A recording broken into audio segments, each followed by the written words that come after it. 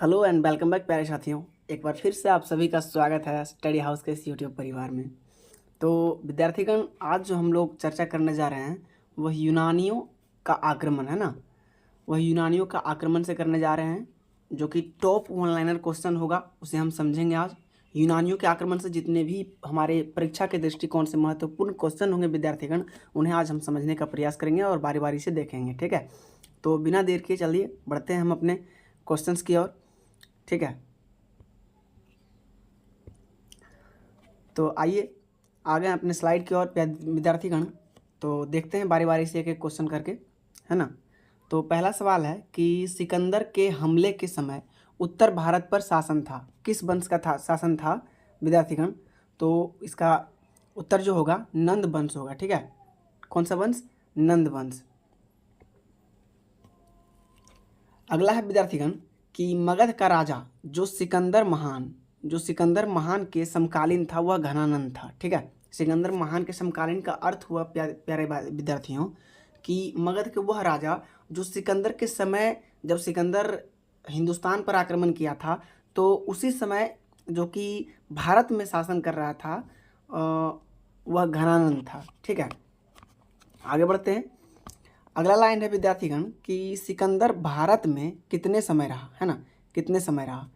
तो लगभग 2 वर्ष का अभियान के पश्चात सिकंदर महान 325 ईसा पूर्व में भारत छोड़ दिया था। कितना? 325 ईसा पूर्व में, याद रखिएगा।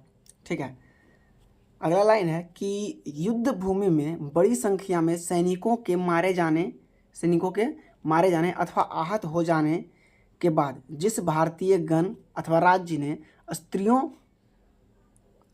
राज्य की स्त्रियों ने सिकंदर के विरुद्ध शस्त्र धारण किया वह कौन सा था?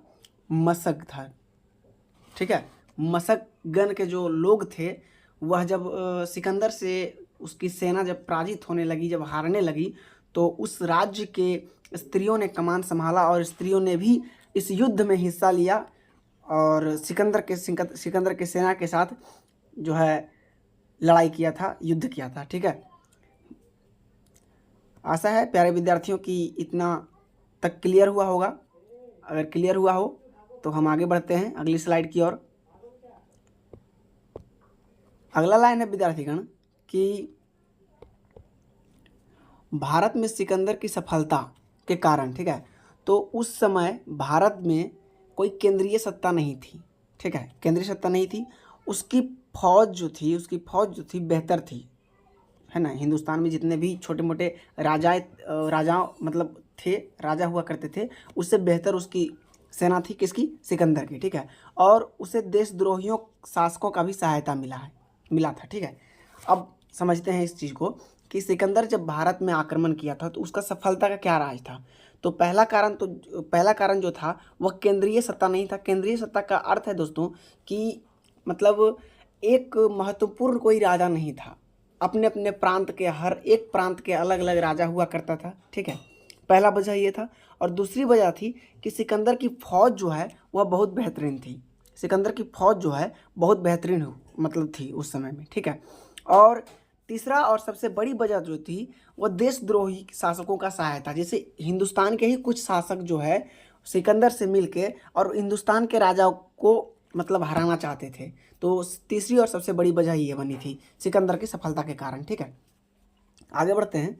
अगला लाइन है कि वह वीर भारतीय राजा, है ना, वह वीर भारतीय राजा जिसे सिकंदर ने झेलम के तट पर पराजित किया था, वह पेरू या पोरस, जिसे पोरस कहते हैं, इस राजा को जो है झेलम नदी के तट पर पराजित किया था सिकंदर। ठीक है, और बड़ी ही बहादुरी से हमारे पोरस राजा जो थे भारत के, वह सिकंदर के साथ लड़ाई किया था।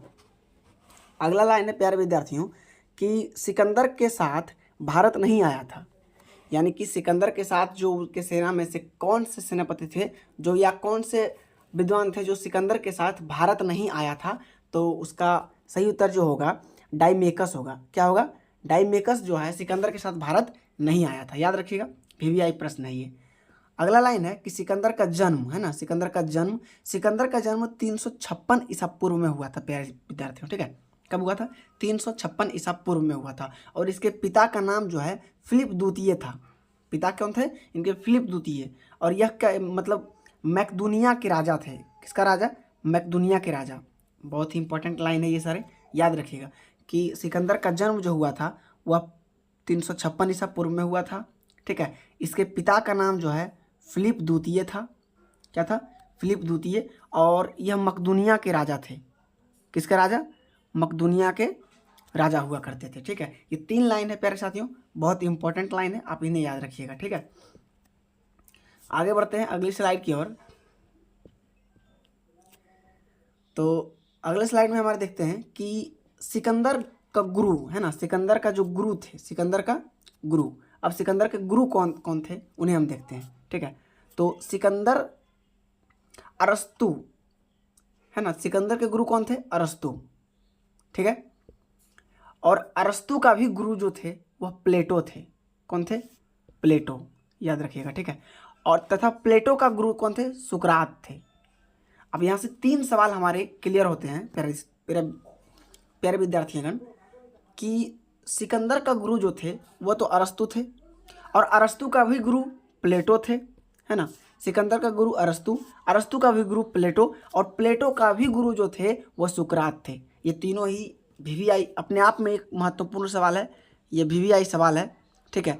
तो आशा करते हैं आप इन्हें अच्छी तरीके से याद रखिएगा, ठीक है। और अगला लाइन देखते हैं। तो सिकंदर ने भारत पर 326 ईसा पूर्व में, ये याद रखने योग्य बात है प्यारे साथियों, ठीक है, 326 ईसा पूर्व में आक्रमण किया था, जिसका सेनापति सेल्यूकस निकेटर था, याद रहेगा। सिकंदर ने भारत पर कब आक्रमण किया था, 326 ईसा पूर्व में।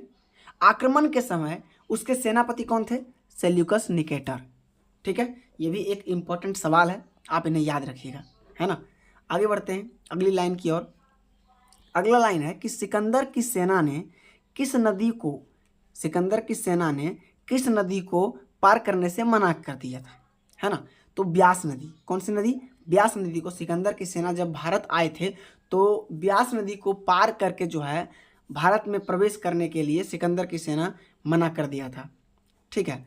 और यहीं पे एक बात और याद रखिएगा कि सिकंदर की अंतिम विजय पाटल थी। सिकंदर की अंतिम विजय क्या थी, पाटल विजय थी, अंतिम विजय पाटल थी। ये लाइन आप एक अलग से याद रखिएगा कि सिकंदर की जो अंतिम विजय जो थी वह पाटल थी, ठीक है।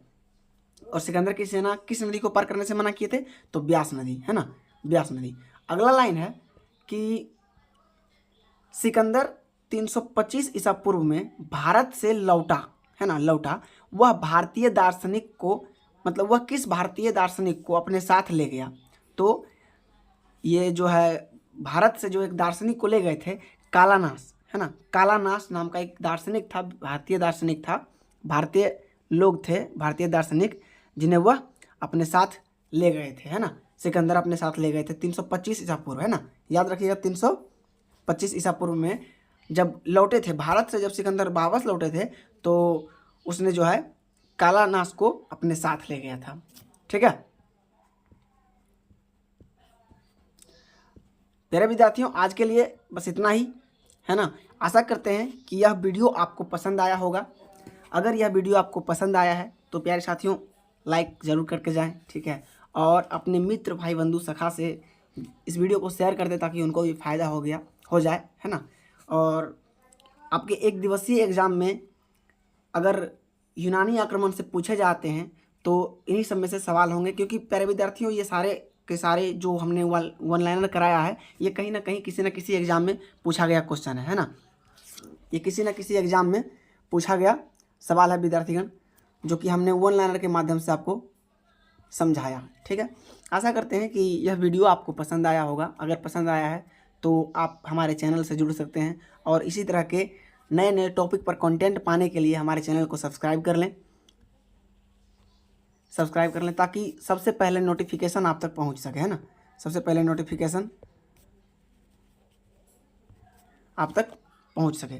तो विद्यार्थीगण, आज का हमारा यह जो टॉपिक था यूनानी आक्रमण, इससे पहले हमने बौद्ध, जैन और शैव धर्म के बारे में चर्चा किया है, ठीक है। बौद्ध धर्म, जैन धर्म और शैव धर्म के बारे में चर्चा कर चुके हैं हम लोग इसी चैनल पे, ठीक है। अगर आप चाहते हैं उन सब वीडियो को भी देखना तो हमारे चैनल को विजिट कीजिए और वीडियो सेक्शन में जाके आपको मिल जाएगा ये सारे वीडियोस, आप उन्हें भी देखिए और ज़्यादा से ज़्यादा लाभ उठाइए, ठीक है। और हमें मतलब आप अगर चाहते हैं कि हम और भी वीडियो बनाएं और भी कोई टॉपिक पे वीडियो बनाएं तो आप हमें टॉपिक का नाम ज़रूर बताएं और हम उस टॉपिक पे बहुत महत्वपूर्ण सवाल जो वन लाइनर के फॉर्म में होंगे और जो कि पूछे गए सवाल होंगे प्रीवियस ईयर पेपर से, वो सारे पेपर्स हम मतलब आपको करवाएंगे, ठीक है। तो आशा करते हैं कि यहाँ तक आपको अच्छी लगी होगी वीडियो। अगर अच्छी लगी तो एक बार लाइक ज़रूर कर दें, लाइक करके जाएँ, ठीक है। मिलते हैं अगले वीडियो में प्यारे विद्यार्थीगण, तब तक के लिए जय हिंद।